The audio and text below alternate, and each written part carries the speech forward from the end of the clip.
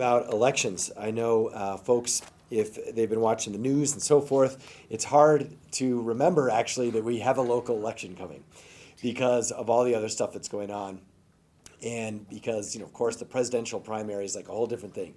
So just one is a reminder to all Burqueños, like we have a primary in June, and there is every state Senate seat and every House seat on that ballot, along with some judges and some other things. So there's a lot on that ballot. And again, depending on the race, these are very important races. I think county commission as well is on there.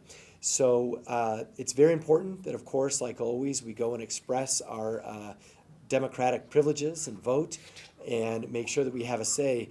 And we want to really encourage folks in times of like this, in terms of Corona, the best way to do it is absentee ballot and mail-in absentee ballot. So our county clerk is going to walk through this process.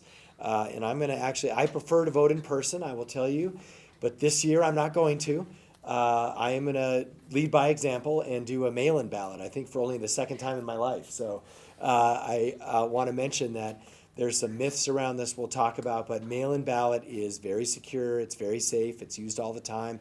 And our county and our state have been doing mail-in ballot for a long time. Now, as the Supreme Court ruled, you will still have a limited in-person option, and so that's good for folks who have it. It is what it is, but we're all going to be better off, especially those workers, especially the public, if we do a mail-in ballot this time around.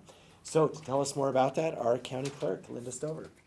I am so pleased that the city has taken a lead on these absentee ballots. On behalf of all 33 clerks in the state of New Mexico, we are pleading with our voting public to please ask for an absentee ballot.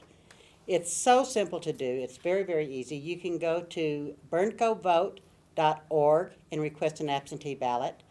You can go to 243-VOTE, which I believe is 8363, and ask for an absentee ballot.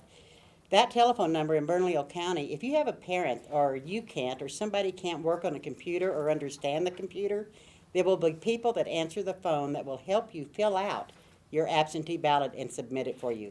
So there's really no reason on this. In the days that we're going through right now with COVID-19, we are pleading that you do an absentee ballot. We will have a regular election. The Supreme Court said we will.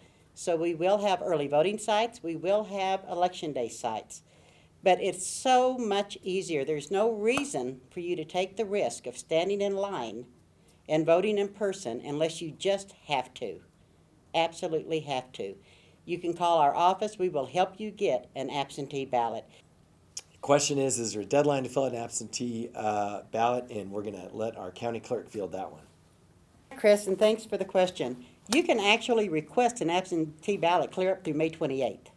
We're trying to do the big push now to get them done prior to that. But that's the real deadline for requesting an absentee ballot is May 28th. All right, I think with that, let me mention just a myth. We always like to touch on a myth, and I think with elections coming and so forth, just want to remind folks again that there's a myth that somehow there's a higher likelihood of election fraud with mail-in ballots. That's a myth. That's just not true. There's no data behind that at all. And again, mail-in ballots have been used for secure, essential, and safe elections for decades. And so we're glad we have that option, and we're glad that our clerk and our Secretary of State are able to provide this in a way that works during these times of social distancing.